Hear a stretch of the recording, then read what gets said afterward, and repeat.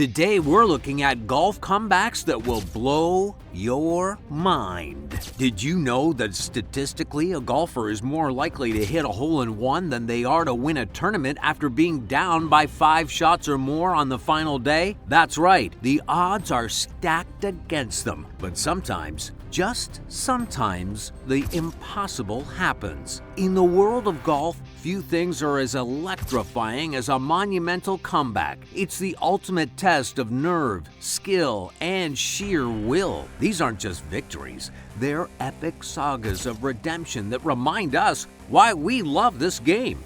Imagine standing on the tee box, trailing the leader by a seemingly insurmountable margin. The pressure is immense. Every swing feels like it could be the last chance. The mental game becomes a battlefield, riddled with doubt, fatigue, and the relentless pursuit of perfection. A single errant shot can derail an entire round. A bad bounce can shatter confidence, and the clock is always ticking. The dream of hoisting that trophy can feel impossibly far away. For most, the challenge is too great, but for a select few, it's merely an invitation to greatness. Let's dive into some of the most remarkable turnarounds the PGA, LPGA, and LIV Tours have ever witnessed. Kicking it off with the impossible chase. Paul Lawrie at the 1999 Open Championships. Our journey into golf's greatest comebacks begins with the PGA Tour at the 1999 Open Championship at Carnoustie. This is the definition of stealing victory from the jaws of impossibility. The final morning saw the leaderboard dominated by names like Justin Leonard, Craig Perry, and of course, the leader, Jean Van de Velde. Meanwhile, the relatively unknown Scot Paul Lawrie started his day a staggering 10 shots back. Let me repeat that, 10 shots.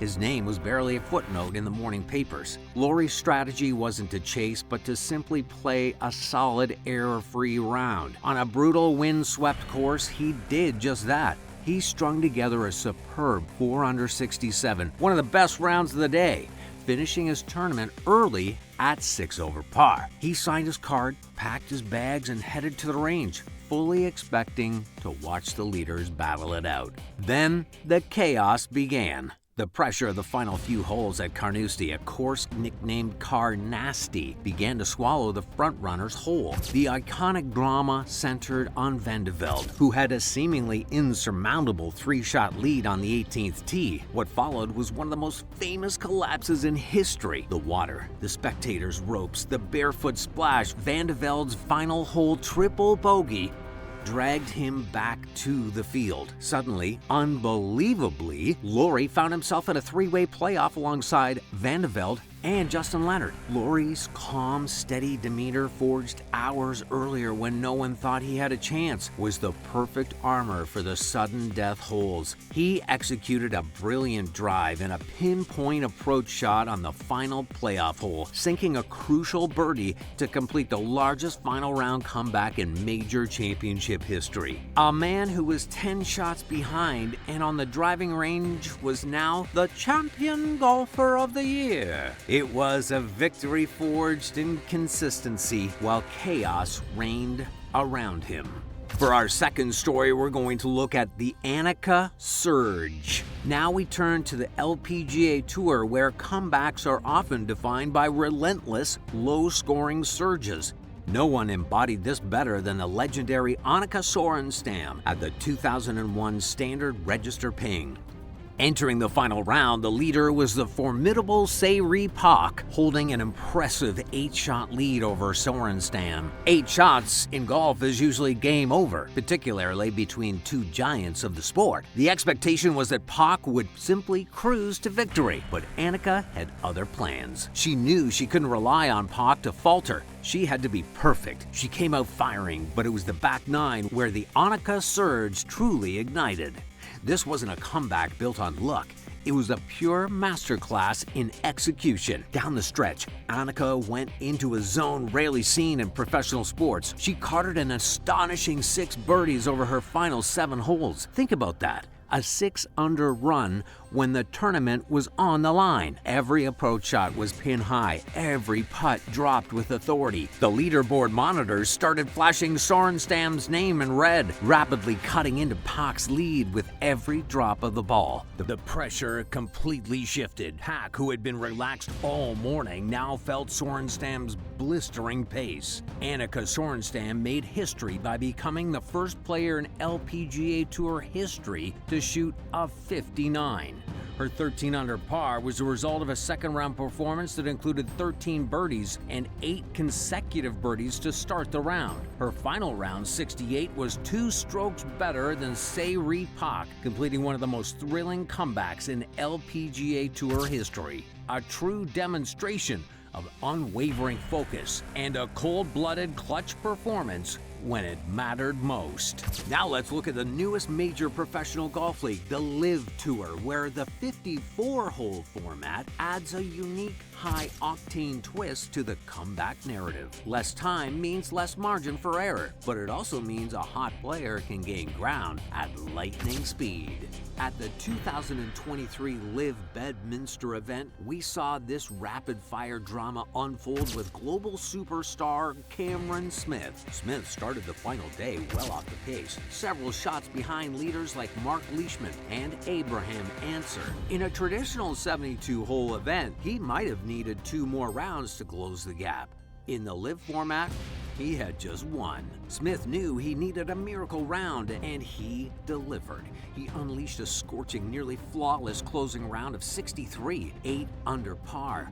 Crucially, he made his move early and often, putting the pressure on the groups behind him before they even reached the turn. He didn't just play well, he played aggressively, attacking pins and dropping long putts. The unique team element of LIV also factored in, as Smith's individual charge lifted his whole team, the Ripper GC.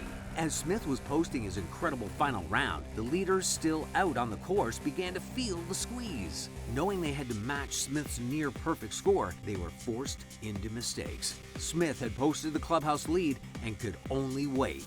His spectacular 8-under finish was enough to leapfrog the entire event, clinching the victory in a thrilling display of dynamic front-loaded golf. The LIV Tour sprint format proves that if you can summon your best golf in just 54 holes, a comeback can ignite and succeed in an instant. But for sheer, unadulterated drama, nothing comes quite close to the 2012 Ryder Cup, the Miracle at Medinah. This wasn't just a comeback in a tournament, it was a comeback for an entire team. Heading into the final day's singles matches, Team Europe trailed Team USA by a daunting 10-6 margin. The Americans only needed 4.5 points to win, while Europe needed 8 to retain the cup. What unfolded was pure magic.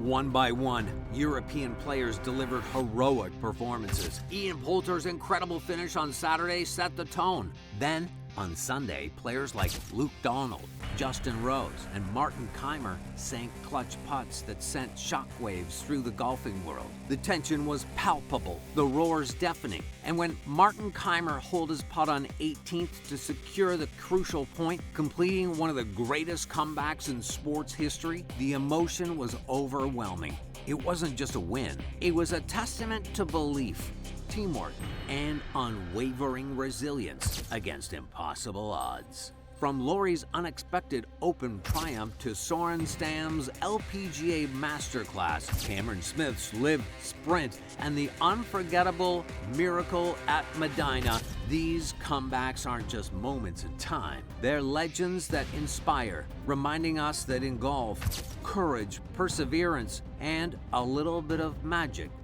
can truly blow your mind.